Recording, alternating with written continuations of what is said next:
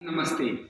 देखिए, बच्चे का प्रश्न है कि उत्तम स्वास्थ्य पाने के लिए और खोए हुए स्वास्थ्य को पुनः प्राप्त करने के लिए उसको कुछ जानकारी चाहिए। उसका कहना ये है कि भविष्य में उसको तमाम कर्तव्यों का निर्वहन करना है, तो कभी स्वास्थ्य की गड़बड़ी के कारण उसे अपना काम बाधित न करना पड़े। बहुत अच्छा प्रश्न है और इसका बहुत अच्छा जवाब मैं अभी प्रस्तुत करने जा रहा हूं। बिल्कुल, अभी मैं 4-5 पहलू लूंगा इसके। ये बहुत ही जबरदस्त क्वेश्चन है और हर व्यक्ति को यह प्रश्न का जवाब मिलना चाहिए, तो उसके जीवन में क्रांति और बहुत कम से कम स्वास्थ्य के मामले में आत्मनिर्भर हो जाएगा। देखिए, मेरा इतने वर्षों का अनुभव, बहुत 15-20 सालों का अनुभव है इस फील्ड में काम करते हुए। लोगों को देखा, हजारों लोगों को ठीक किया है, लाखों लोगों को देखा है, तमाम मीटिंग सेमिनार, इतने रिसर्च हमने किए। खुद मैं रिसर्च करता हूं। आप ना 5 काम करो। पहला काम तो उपवास। देखिए, मैं बहुत इंपॉर्टेंट और बहुत गहराई से, बहुत ही संवेदनशीलता से, जिम्मेदारी से, पूरी अनुभव और अनुसंधान के आधार पे कहने जा रहा हूं। जो व्यक्ति उपवास नहीं करेगा वह जीवन में कभी स्वस्थ नहीं रह सकेगा। वह अपने आयु का 50-60-70% भी ढंग से नहीं भोग पाएगा। तो पहला क्या करें कि हर व्यक्ति को सप्ताह में नहीं तो 10-15 दिन में ही सही एक उपवास जरूर करना चाहिए। अगर उपवास नहीं कर सकता तो पार्शियल उपवास भी जरूर रखना चाहिए। कभी लंच छोड़ दिया, कभी डिनर छोड़ दिया, कभी नाश्ता छोड़ दी, कभी यूं ही नारियल पानी पर रह गया, कभी पानी भी छोड़ दिया। इस ढंग का उपवास, वास्तव में उपवास ही स्वास्थ्य की मूल जननी है। जिनके स्वास्थ्य अच्छे रहते हैं, मैंने देखा है, वो बहुत कम आहार करते हैं।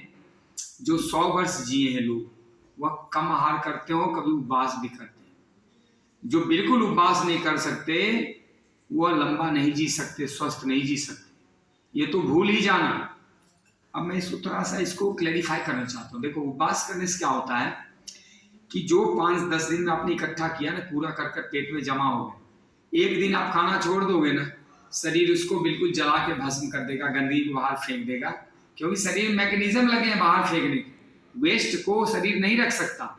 उसके पास जो वेस्ट डिपोजिशन के जो अंग हैं वह इतने सक्रिय और इतने मजबूत हैं, इतने जो है वह बलवती है कि कचरा को यूं शरीर बाहर फेंकता है। जैसे श्वास नली में एक पानी का छोटा बूंद भी चला गया तो शरीर धसक मार के बाहर फेंकता है। इसे मल मूत्र, पसीना, गंदगी, टॉक्सिक शरीर में कहीं जमेगा तो शरीर फेंकता है। लेकिन शरीर कब फेंके?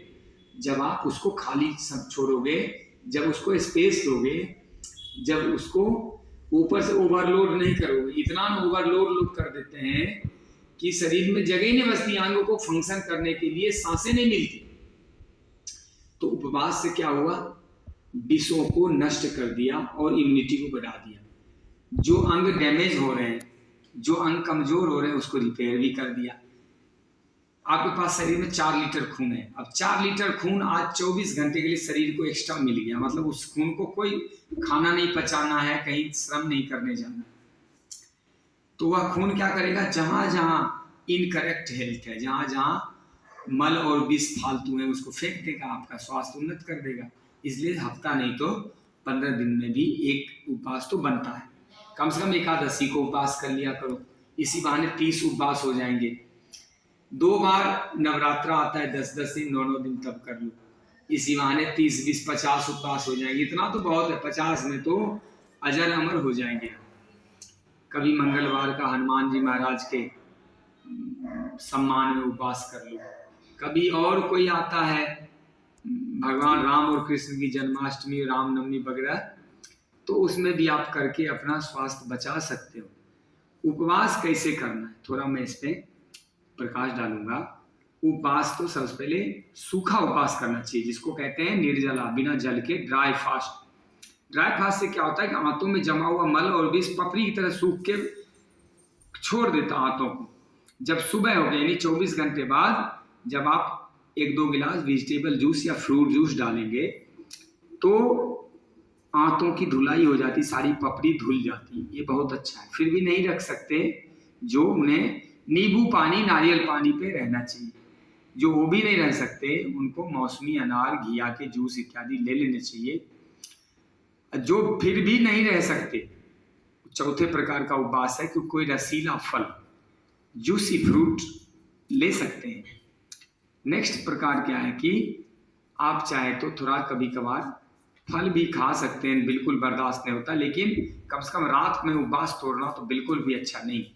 तो पहला जो स्वास्थ्य का पहलू है, समझ लेना, उपवास।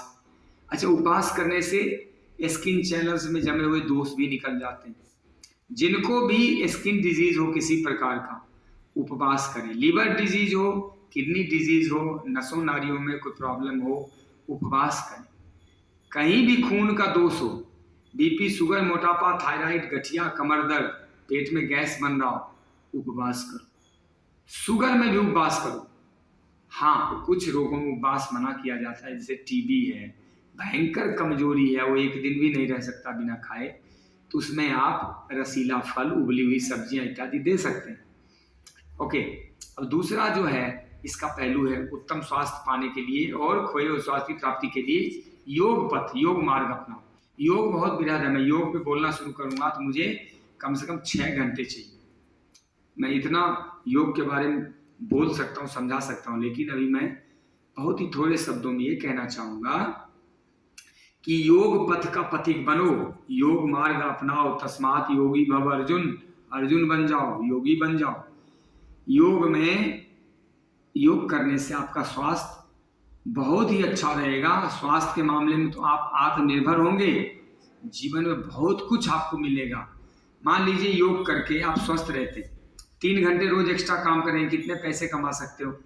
20 साल 25 साल अधिक जीवन जिएंगे, कितने धन कमा सकते हैं? कभी बीमार नहीं पड़ेंगे आप, कितना संपत्ति बचा सकते हैं? तो योग पथ का अनुगामी जो होगा वह उत्तम स्वास्थ्य को प्राप्त होगा।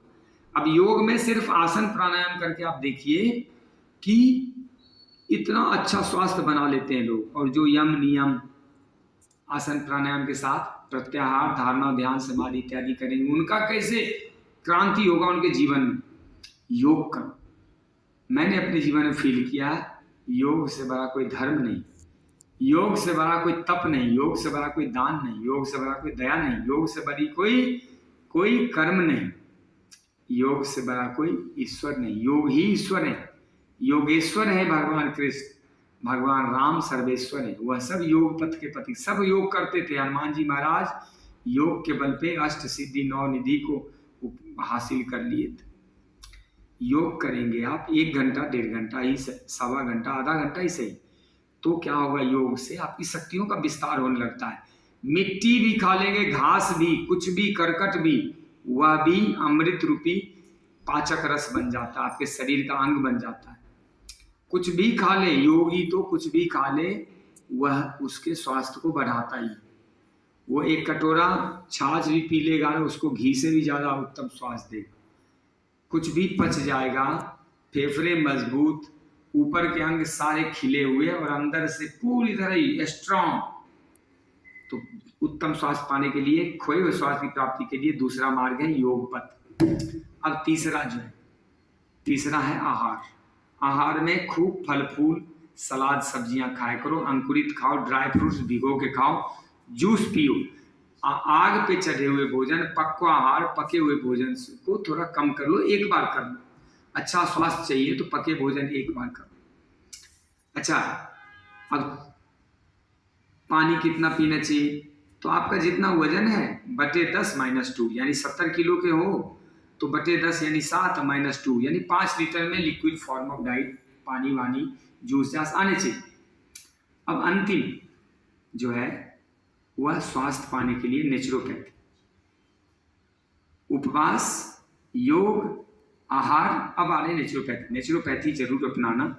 नेचुरोपैथी के माध्यम से शरीर की धुलाई सफाई हो जाती, क्लीनिंग हो जाती। देखो, आप अपनी गाड़ी सर्विस करवाते हो, मकान दुकान पेंट रोगन करवाते हो, रिपेयर करवाते हो, कपड़े धुलते हो, बर्तन भांडे, घर के टेबल फर्नीचर कुर्सी सब कुछ, बेड सेट सब धोते हो।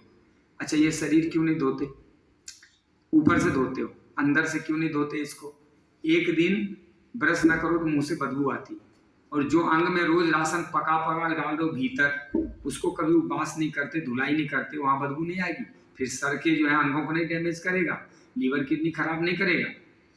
तो सबसे अच्छा क्या है कि नेचुरोपैथी द्वारा शरीर की धुलाई सफाई करो, टॉक्सिक करो, शरीर को विषमुक्त करो। हर 3 महीने पे, 2 महीने पे, 1 महीने पे, सप्ताह में जब मौका मिले नेचुरोपैथी में उतरो। कभी ये बीमार नहीं पड़ेंगे, हमेशा एकदम उछलते कूदते मौज मस्ती में रहेंगे, 100 वर्ष की आयु प्राप्त करेंगे।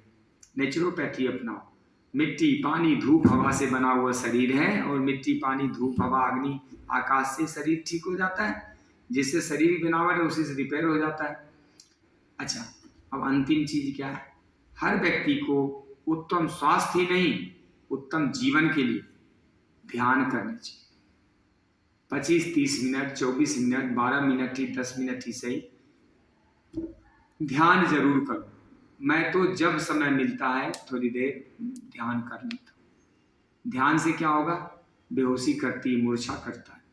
आप सड़कों पे जाओ, बेहोश मानव को देखो, मनुष्य ऐसे लगता है कि जानवर तो बहुत अच्छे हैं, उससे जानवर से तो हजारों गुना नीचे गिरा हुआ है। उसको बोध ही नहीं है, होश ही नहीं है, उसने गाड़ी कहाँ खड़ी कर रखी, उसके टांग कहाँ जा रहे हैं, कहाँ खाए जा रहा है, बतियाए जा रहा है, गाड़ी चले। इतनी ऊर्जा खंडित हो रखी लोगों की कि मैं कहता हूं कि सर किसी का पशुता देखना, सड़कों पे खड़े हो जाओ, दिन भर पशुता ही पशुता दिखे।